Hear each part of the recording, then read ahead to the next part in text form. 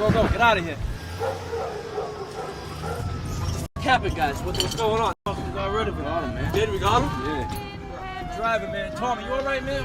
Talk about his bleeding, man. Come on, man. You all right? Tommy. Whenever someone reads one of my scripts, they ask me the same question. Where'd you go to school? You know, how'd you learn to write? I actually learned to write from reading my father's letters from prison. They were so detailed, and that's how I write my scripts. Like, Ain't got a moment when they see you down, just know they love it. Hey everybody, welcome to the Bounce Back Podcast. I'm your host, B. Luke. I got a special guest with me today. Why don't you tell the people your name, where you're from, and a little bit about yourself? what's up? I'm Rex Depalma. I'm from East Boston, Mass, and I'm here to tell you about how filmmaking changed my life. Okay, so talk about East Boston a little bit. What was that like growing up? East Boston, when I was a kid, was predominantly Italian neighborhood, riddled with organized crime. You know, I grew up wanting to be just like that. I think every young Italian kid's story from that neighborhood, you know, you grow up, if your dad was involved, you want to be just like your dad. I never even dreamed of leaving Eastie, you know, like I told you earlier, I never even really been to Cambridge. So leaving and going to LA was like another world. Certain things happened, so my mom seen an opportunity, shipped me out there when I was 17, changed my whole life. And did you go to East Boston High before that? So I went to Umana, and then as soon as I got to East Boston High, I dropped out in 9th grade and, you know, started fucking serving. I pretty much went to school every day, cut, chilled at the laundromat, served dubs. It wasn't a good path I was on. And my dad was incarcerated when I was 10, and she just went through hell with him, and she wasn't trying to go through that with me. Yeah. So when this opportunity came about, I was introduced to acting, and like, I don't know what it was, this theater teacher, he took a liking to me, and he showed me something that like I could do, but I didn't think I could do it professionally because, you know, Boston, like, what are you gonna do here? An opportunity came up for me to get a contract out in LA. I thought it was bullshit, but it was real. So I ended up moving to LA when I was 17, and I started acting. I was on a couple TV shows, Everybody Hates Chris, CSI New York, shit like that. Oh, nice. After a while, I don't know, I just, you know, old habits die hard. Okay. So talk about, you say the opportunity, right? But as a 17-year-old kid, you're getting pulled out of East Boston. Did you look at it that way at first? Well, at first, I didn't know what the fuck it was because, like, I was being thrown into a foreign place. LA was, like, it's so much bigger than Boston. I remember when I used to come home to visit, and it would seem so small here. Absolutely. And I went out there by myself. My mom couldn't move with me because I had a younger brother and a younger sister. My younger sister has Down syndrome, so my mom really took a chance. She just sent me on my own. Wow. Luckily, like another grace of God thing, I had a cousin I never met who happened to just move there, who went to Emerson College. He was trying to be a writer, and I never met him before. And he was like, yeah, you could stay with me. Wow. So I just like had a place to stay. After a while, I just kind of got tired of the whole audition process. Auditioning, like, it kind of sucks, you know? It's like a continuous job interview. Okay. And like, even if they got the role cast, they still want to audition people. And like, you put all this work into the audition, but they already got an offer out to Shia LaBeouf. So like, you know, it's like, it got frustrating after a while. For sure. And, you know, she sent me away to LA to stay out of trouble, and then, you know, I end up getting in trouble in LA. So you said film had saved your life. What do you mean by that? Like I said, I ended up getting in trouble in LA. So after I got in trouble in LA, I had to do a little bit out there, and a very close friend of mine was a director, and he was the only person I knew who would sign the papers to let me be on house arrest when I got out. So I'm at house arrest, can't do shit, and he taught me everything he knew about camera, which, you know, he had a fucking real movie camera, a Red, and I just learned everything I could from him, sponged it, and I always wrote. like, but I never thought of writing. And I just was like, you know what? I'm gonna make a movie. And then when I finally was off house arrest, I came back to Boston and was like, I'm making a movie, everybody. Everybody looked at me like I had 10 heads. And I got a camera and wrote a script. Literally the whole process was like, shit, like 3 months. Like, this is 2017. I wrote the script in June, finished it up July. We filmed in August, and it was done in September. And then, bam, it's in the film festivals. Wow. And then literally the next day after it got posted online, I get a call from a producer from Montreal. And he's like, hey, I seen your film. Did you really make that all by yourself and you never made anything before? And I was like, yeah. And he's like, can you come to Brooklyn tomorrow? And I was like, yeah. Fucking, I thought he was bullshitting, Right. so I checked him out real quick. And it turned out he was like a big producer up in Montreal, this company, Colossal. And he invited me out, and it turned out to be this huge commercial shoot. I never seen nothing like that. It was like a $2 million budget for one day. So I was like, this is the business for me. Yeah. So he eventually started pitching me music videos. Like, he would send me a song, and I would have to write up an idea for it. And then I wouldn't get them all, but I got a few, and I started doing like big budget music videos. And then he produced my second short film, and we were gonna develop my first short film that I shot here in Boston, God Don't Love Ugly. That's what most people know me for. And we were gonna make it a feature, but then COVID hit, shut everything down. And during that time, that's when fentanyl started getting really prevalent, and that's when I started writing Pressed. Okay. So that's really what I'm here to talk about today. You know? So why is it important to you to want to come back to Boston and give back to, you know, Well, your roots?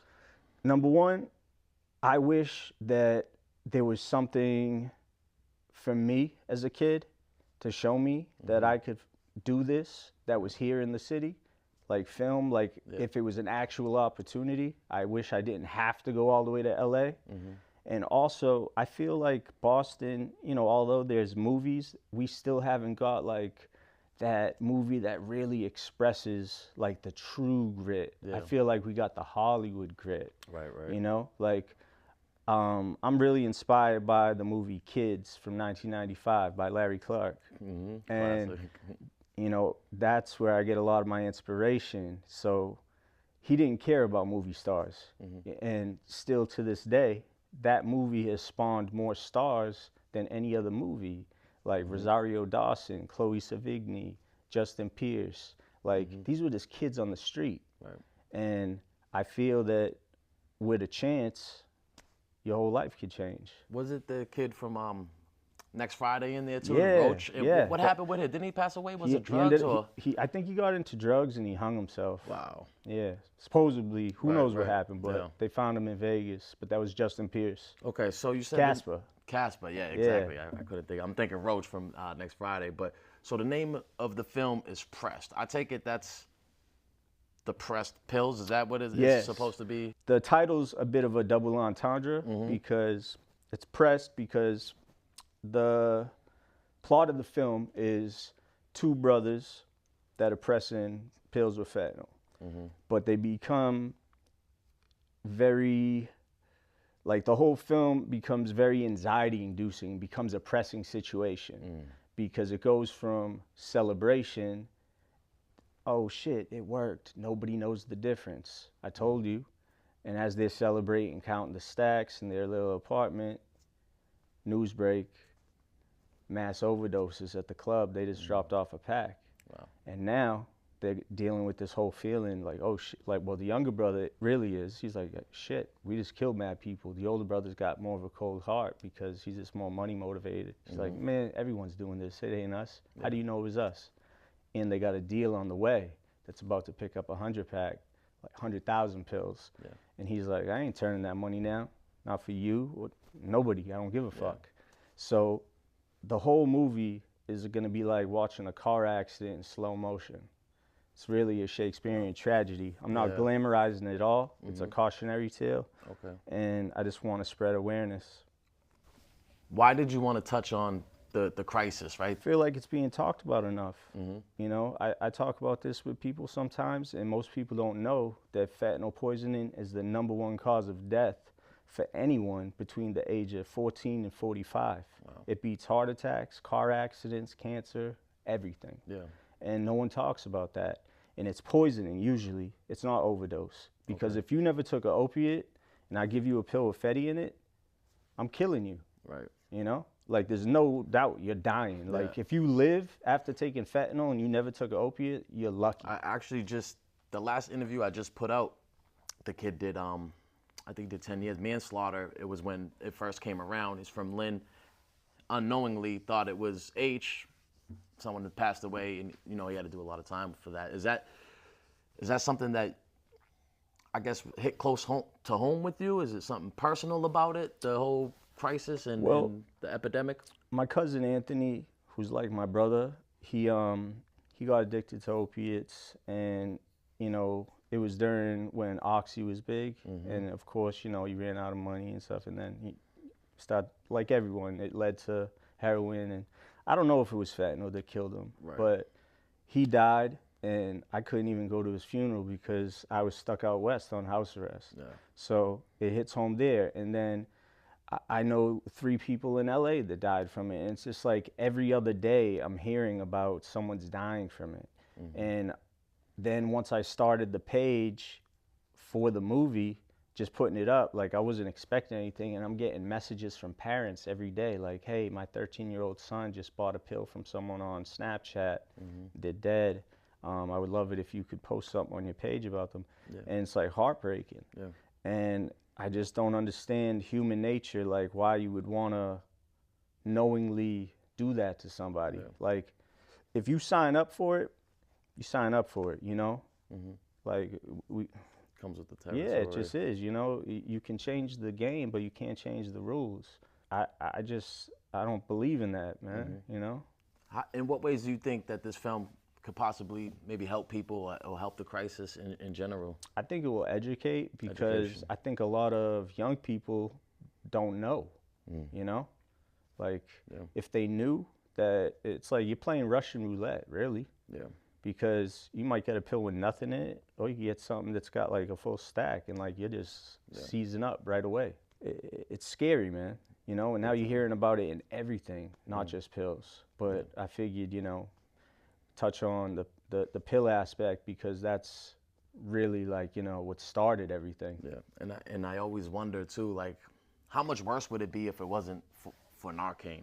Because they're saying Narcan is saving so many people. So I feel like the numbers are kind of a little skewed. Yeah, people ain't dying, but probably a lot more people would be, you know, thank God for Narcan. A crazy statistic with that is a lot of people don't even like want to be Narcan, though. That's the thing. Because it's like they'll feel so sick, or like sometimes I've seen a situation. I was living in downtown, and this dude was like, he was dead, and they Narcaned him, and he woke up and he was pissed, and he got mad that they blew his high. And I was just like, how'd we get here? Right, sick, right? Yeah.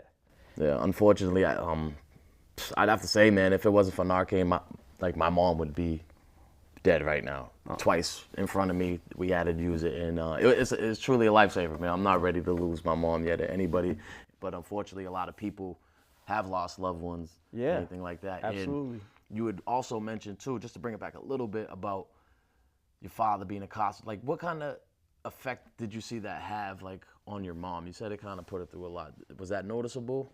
My father it's weird because it doesn't feel different to me because it's my life. Like, from the moment I can remember, I've been visiting my dad in jail. He was in and out of jail my whole entire life. And then when he finally went away, I was like 10 turning 11. And, you know, it just definitely broke her heart, but I didn't understand at that time. I was a kid. And, you know, my mom was a loyal woman. She stayed by my dad's side for a long time. Like, no matter where he was, like Walpole, Norfolk, like he was all over the states. But then when he went to the feds, they moved him out of, you know, the state. We couldn't go visit him no more. It was horrible. So I didn't really understand what she was doing until I became a man. Yeah, so exactly. like I owe my mom a lot, because I don't know who I would be if she didn't make me leave, because I almost didn't leave. Because the opportunity that came about, it was like something I had to go to. It was something she heard on Jammin', like Jammin', like Jammin' 94.5. yeah, Jammin' Shout out to Jammin' 945. It was like one of those things. Hey, there's a talent search in town, blah blah blah. And she was like, hey, you like acting? Wow. You should go do this. And I was like, yeah.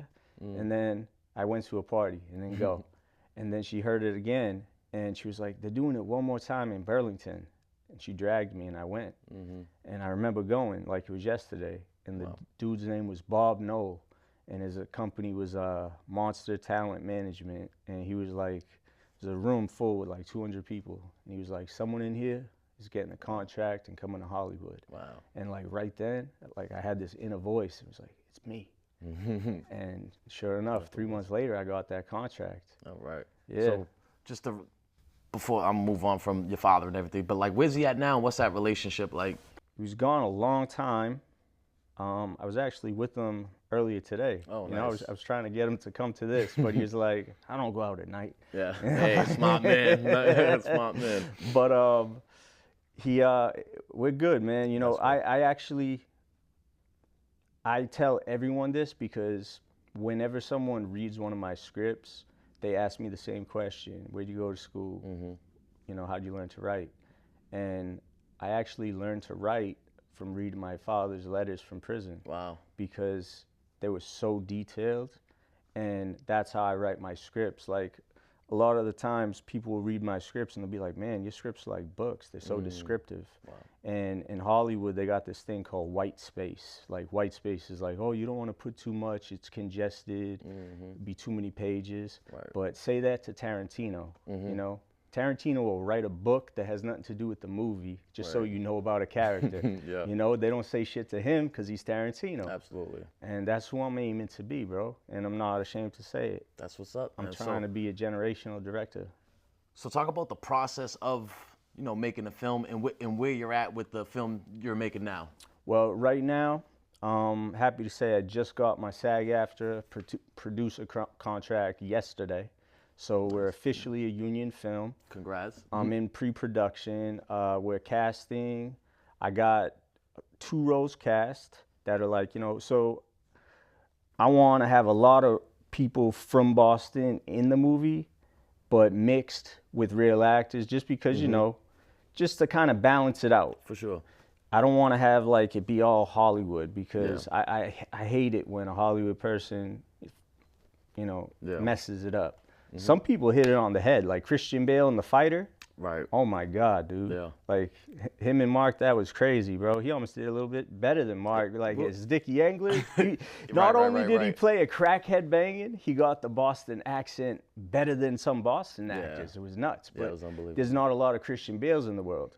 So I want to find people from around here who have interest in acting and pair them with good actors. Okay. And make magic. So how does that work? Do you got like an open casting call? Do you got like a time and a place, or should people hit you up in the DM, or how do you want to go about that? I got a company website. I got the anyone can hit my DM for sure. But if you did, I would just direct you to the website, because I got it set up on there where you could actually hit the casting and post a picture of yourself. Tell me, I want to know more about you than anything. I don't care really about experience, because I feel like I could get a performance out of anyone. My first movie, some of the actors in that, I met the night before we shot. Wow. Yeah, and then like, it's just acting, it's just like, I feel like everyone could do it who has heart and has been through something and isn't scared of being in their own skin. You know? Absolutely. That's all it is. Is there certain, like, do you got to fit certain roles? You looking for more men, female, white, black? I'm looking for everything. Okay. Yeah, so pretty much the main characters, you know, they're 2 brothers. They're trappers, you know. They're pretty much, this is their house, but they're living in the trap. So it's like the store's open or it's not. So there's people knocking at the door. So like this gonna be all types of scenes. Like, you know, some people are gonna come, pick up their shit, leave. Some people are gonna come in and just fucking linger, you know, do their shit, watch the game. So there's so many roles available. Yeah. So I just want to see everybody Okay. because I'm gonna take my time and cast this, because a lot of people will tell you that, you know, a movie star will make a movie, and it isn't that. It's casting and the script. You know, you could have De Niro in something, but if he's cast in the wrong role, it'll be bad. You Right. know, That just makes like sense. you ever see Donnie Brasco? Yes. You know who was supposed to be that first? Tom Cruise. He turned it down. Okay. Can you believe that? Like, Right, that right. would be a completely different movie. Facts. Will Smith was supposed to be Neo.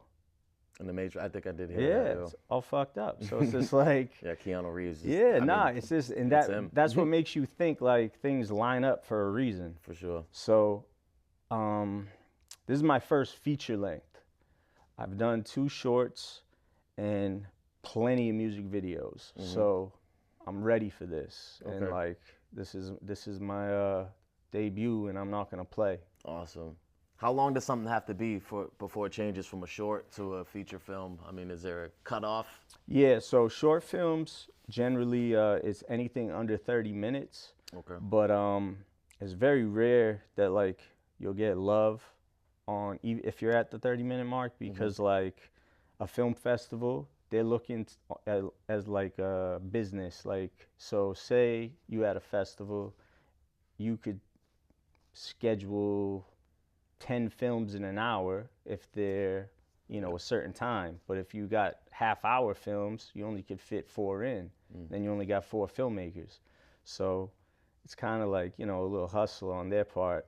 You know, they should say, we don't want 30-minute films. We want short films. But it is what it is. It's Hollywood politics. But a feature film would be anything generally over an hour.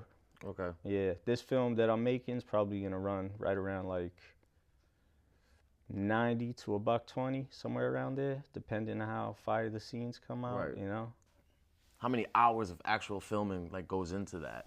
Oh, a lot. It's just bro. to get that hour or whatever. A lot. So my first one, all said and done, it took me a lot to cut it down. We got it down to 20 minutes with like the intro and end credits, and we shot for 3 days.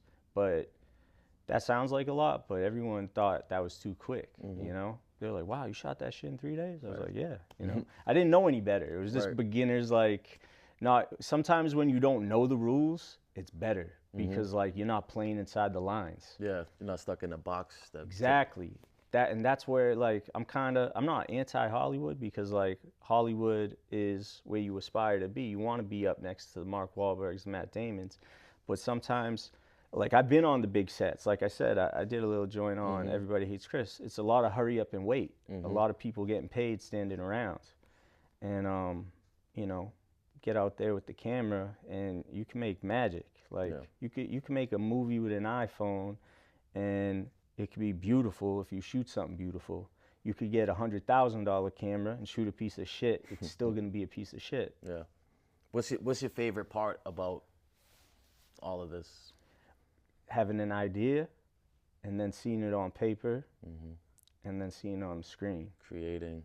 Yeah, man. Something about creating something that was nothing. Okay. It's like magic. So what about the music for the film, right?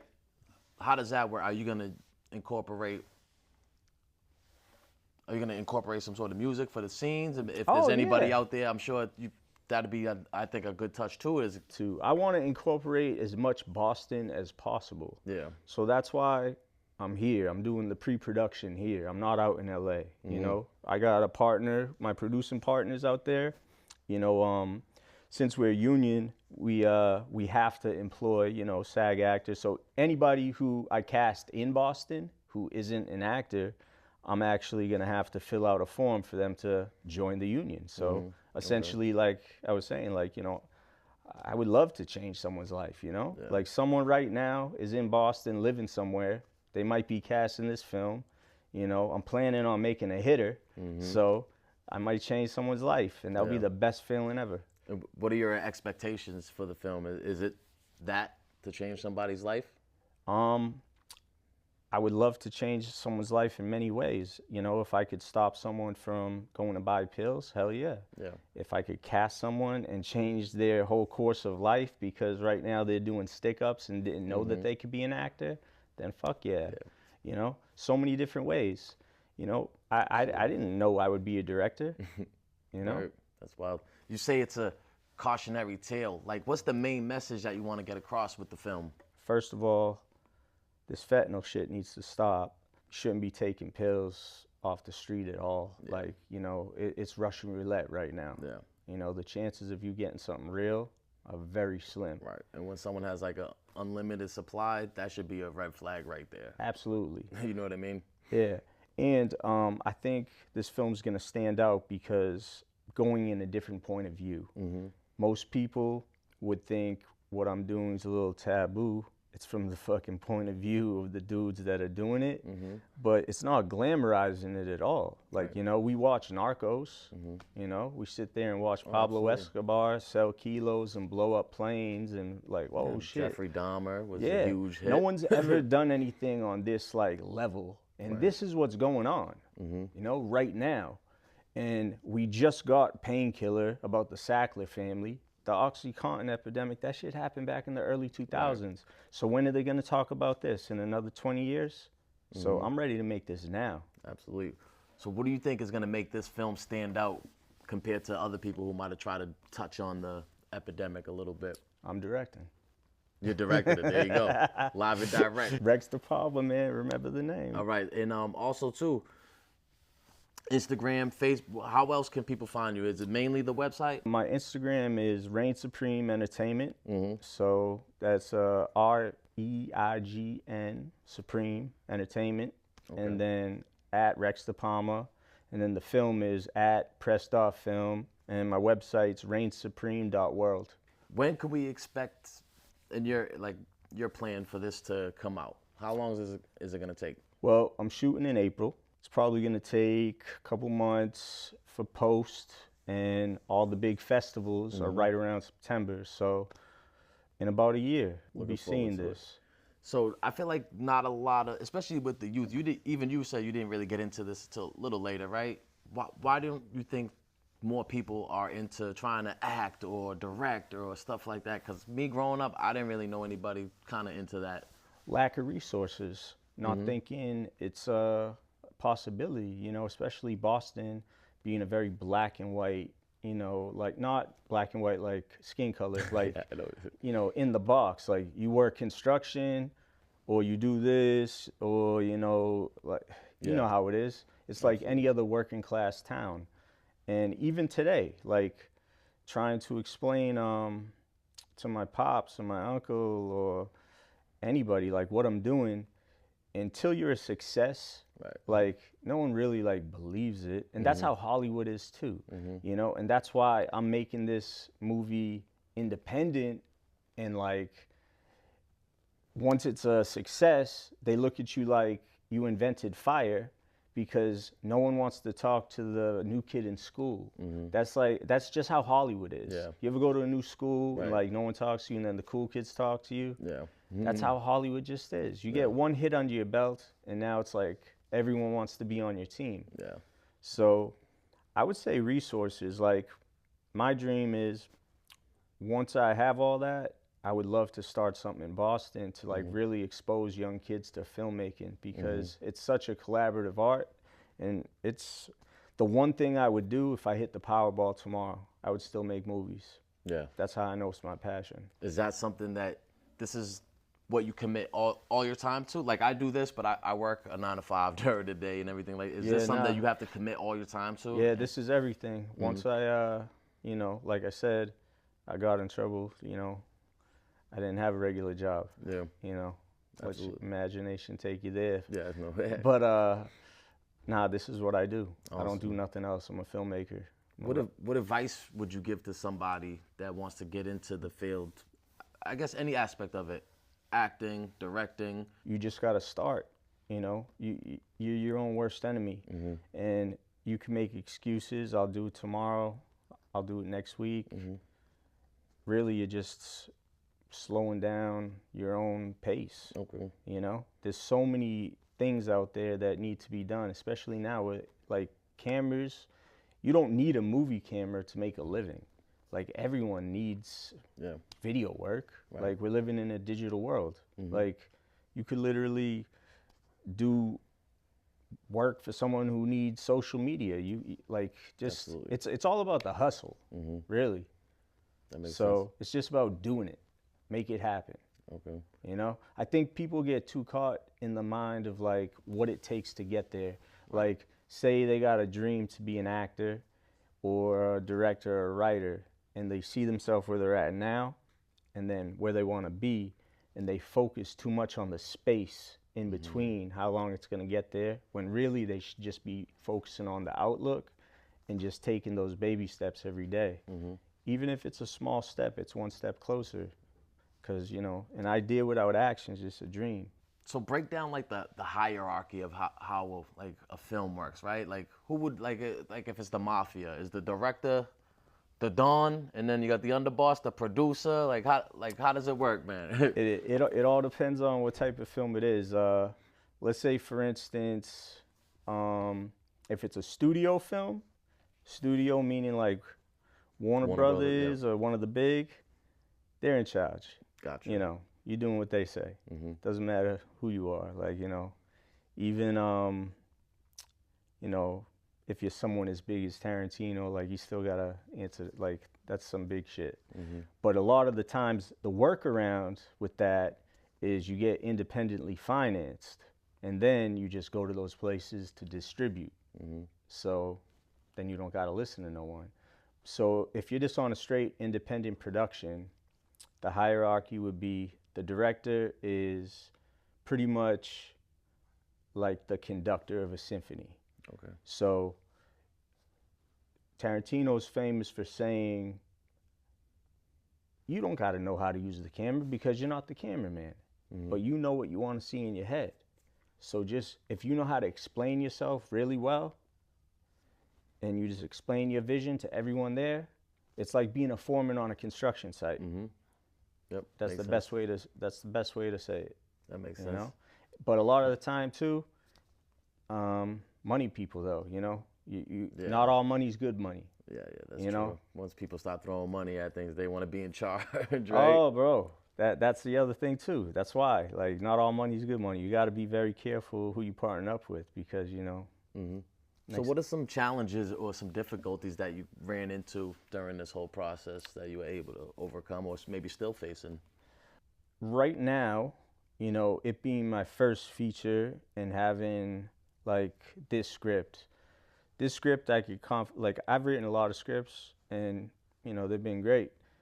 This has been my best one. It's my best rated film. It's my best received film as far as like everyone who wants to be involved. Like, I've never had something come together this quick.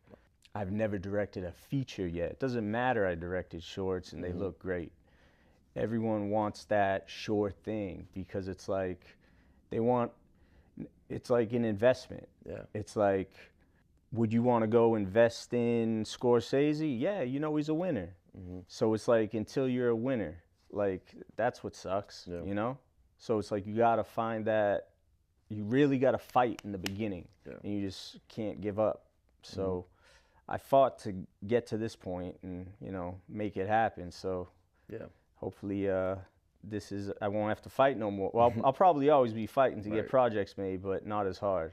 So does the fact that there's like a real purpose and a real message to this, does that help you more so than just doing, I guess, like a comedy or something like that? Because I feel like for me, even like, you know, I had a rough year personally, but like knowing that there's a purpose for this, people are looking forward to coming up here.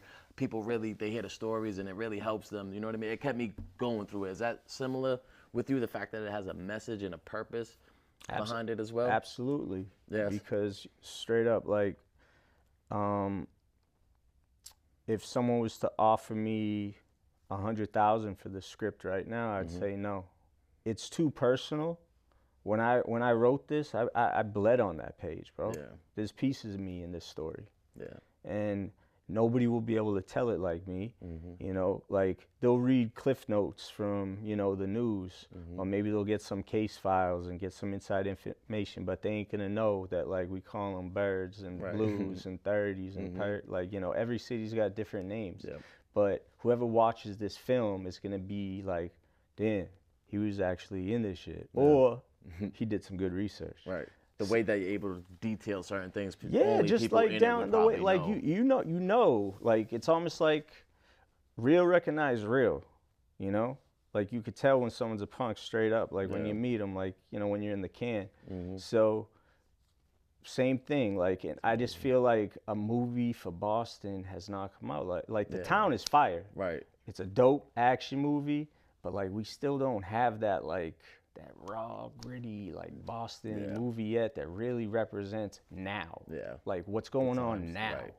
It seems like an amazing passion project, right? So I guess if there was any last words, closing things you wanted to say, maybe things we didn't get a chance to touch on before I let you go, now's the chance, man. Well, if you haven't seen my first film yet, go check it out. God Don't Live Ugly. It's my first film I ever did. It'll give you an idea of, you know, my skills. And if you're interested in auditioning for the project, go to reignsupreme.world, click on casting, submit a picture of yourself. There'll be a little button you can hit. Tell me about yourself. If you had anybody in your family that dealt with drug abuse of any kind, let me know.